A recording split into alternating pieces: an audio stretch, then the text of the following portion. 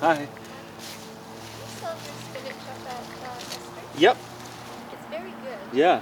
We bought it. Right on. Yeah. Thank you. How are you doing? Yeah, thank you. Hey, Curtis, you're harvesting. Hi.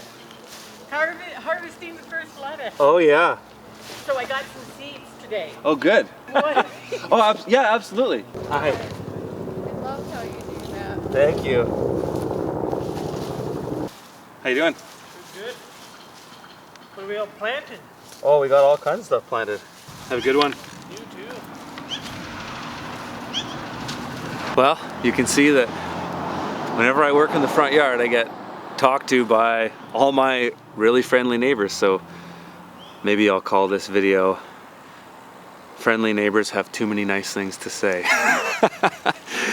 Everybody that walked by said they love our stuff, they buy it from the store. And then one of our neighbors, who's actually one of our landowners just behind this set of houses here, she came by with some seeds for me to start for her garden. I would kind of offer to my landowners that like to garden that we'll start stuff for them in the nursery if it can help them. So she dropped off some seeds for me to start, and we've got tons of harvesting going on today. I'm right in here in the front yard cropping out radishes. Toby's in the back harvesting turnips. He also harvested a bunch of lettuce.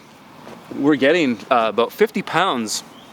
Actually, he got 48 pounds of lettuce off one of the 50-foot beds in the caterpillar tunnel in the backyard. So we're starting to really produce now, which is great because we've got more plots coming on stream. So our newest plot that we've developed is coming online, and that will be our next lettuce that we start harvesting by the time we get all this stuff out of here.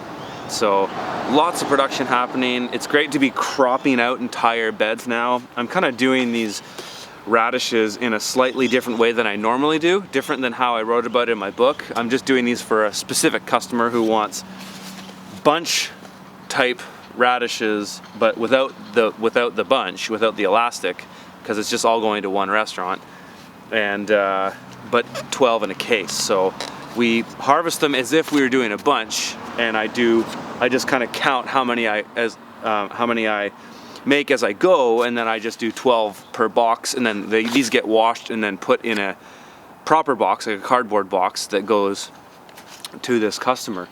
But yeah, I'll kind of take you guys through the day. We've got a lot of harvesting going on. Mondays and Tuesdays are turning out to be, we're doing more volume in the earlier part of the week than we are in the later part of the week. And that's kind of a new thing. It's because we do a lot of grocery stores now, and we've got a couple distributor customers, 3 distributor customers that we sell to on Tuesdays. And so that really perks up our orders. And now we do far more product to distributors and grocery stores than we do restaurants. And that's relatively new, though we did transition into that last year. But this year it looks like we'll be doing a lot less restaurants and a lot more distributors and grocery stores, which I love because it's been really easy to sell to these customers. You know, with restaurants, you really got to be on the ball to talk to those chefs all the time and update them with what you've got, and there's a lot of back and forth. Whereas with the wholesale type markets, it's just what have you got? Send it our way, make it every week or twice a week. And so it's become really easy on the customer management side. And since I'm at a point where I'm trying to stay home so I can be with my family more, I don't want to be on the phone all the time. I don't want to be going into the kitchens and talking to chefs about how they're putting things on plates, though I did love that for a period of time. But right now I've sort of optimized my business to fit my lifestyle, and it's working out really well so far. So I got 4 cases that are all worth $25 each off an 18-foot part of a bed in 30-day crop. So that's radishes for you. They're pretty good, and you saw how fast it was and easy it was for me to harvest those. That probably took me, without getting distracted, 15 to 20 minutes. Pretty good. So you got 3 cases out of that? 3 cases. Nice. So Toby's just harvested the first of our turnips of the season, and he got 3 cases just like I did radishes. We're doing them in the same way, where they're just faux bunches basically. Right on. So that was a thin harvest from these 2 beds, and we'll get another, I'm gonna guess, at least 2 or 3 times what he got. So he got 3 cases from there. Oh yeah, we'll get way more than that actually. The first, like turnips kind of go in a, they don't grow quite as quick as radishes. They have maybe 3 or 4 days more to maturity, but they don't really all size up at once. We don't often crop them out. If we do, it's usually in summer, but in the spring, there's usually a couple thin harvests. So these radishes in here, I'm gonna come and crop these puppies out, and then these 2 beds will get turned over and we'll plant them to arugula right away. So this is just the bed of Salanova that Toby harvested this morning. He got 48 pounds off this, so that's great. And so this is we got 2 more beds in here to harvest, so this one and this one. So I can expect, see, this is great now. Once we get to this point where we're producing what I expect, that now I can, my predictions for what I can have for our customers becomes a lot easier. Now I can pretty much spec out that every bed of Salanova is going to deliver 50 pounds on the first cut. So we'll have a second cut where it's slightly diminishing returns that might be 35 pounds. You know, of course it depends on when you harvest it, right? So like this stuff here, that's the second growth, but I'm not going to harvest that yet. I'm going to wait until it gets bigger, till we do. But usually the second cut's around 35 pounds, third cut slightly less, maybe 25, and then if you get a fourth cut, you can get maybe around 20, but we usually don't push it that far. So this is, we're doing good. We're really on stream now with our production. So these radishes, these are Easter egg radishes, and these ones are a little bit more of a thin harvest. I call that in my book, where I'm not cropping out, I'm not pulling out everything as I go. I'm kind of fingering through with my fingers, and I'm looking to assemble a nice bunch. So there's a nice bunch, and I'm doing these in the same way as the last ones. I'm not putting an elastic on it, it just goes in there. That's one, I fill up 12, and then I fill the next one. When I'm thin harvesting, if I see a cluster of good radishes, I'll just grab it all, and I don't care if the odd small one gets in there, as long as the majority are a good size. That's all that matters. All right, so I want to give you guys a little tip on speculating your harvest. So the more experience you get at farming, the better you get at just like looking at a bed and going, yeah, I think we'll get this. Like this morning, for example, I looked at those beds of Salanova that Toby was harvesting, and I said, I think we'll get 40 pounds from there, and we got 48, so it's a little bit off, but pretty close.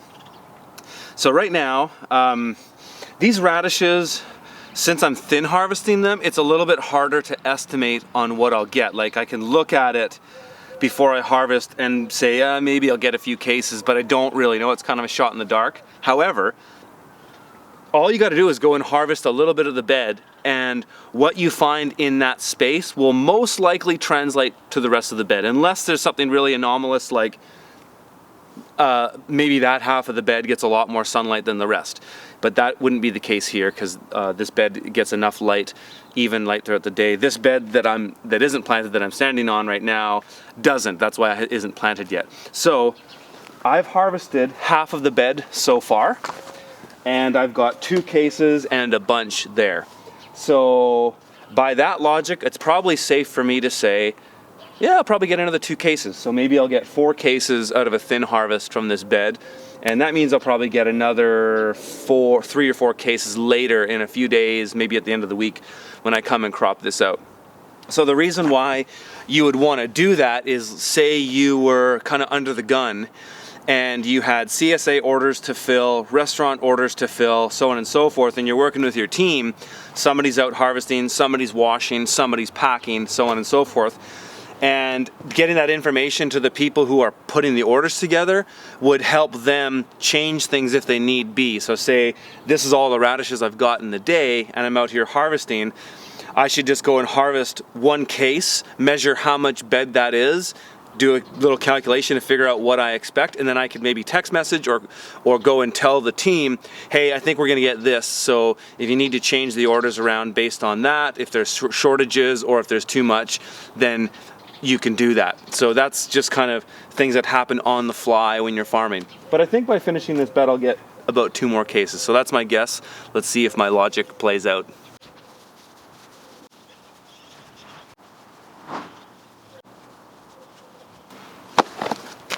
So I got exactly what I wanted. In fact, there's a little bit more. There's probably another 6 bunches in there, but I'm not gonna take it unless I go to the other plot and I get, if I have a half case there, then I can use it to finish a case. So I guess the logic works. So it just started to really come down. So now I'm just gonna take the truck, head over to our flagship plot, harvest a bunch of radishes, harvest some greens, if there are greens to harvest there, and bring these tomatoes over there. All right, just got here and still pouring rain. Just gonna come into the other tunnel quickly. And I got some radishes to harvest, which is great. So I'll probably get enough for all of my orders. I had 17 cases for one customer on order, so should get that. It looks like I'll get that, you never know, but I think I will. And I'm gonna cut some red Russian, but I've got to do it very carefully because I've got my tomatoes interplanted there. So you guys will see how all this plays out. And then that'll be the day. I'll leave it with that. And we'll close out with this harvesting. We'll see you guys later.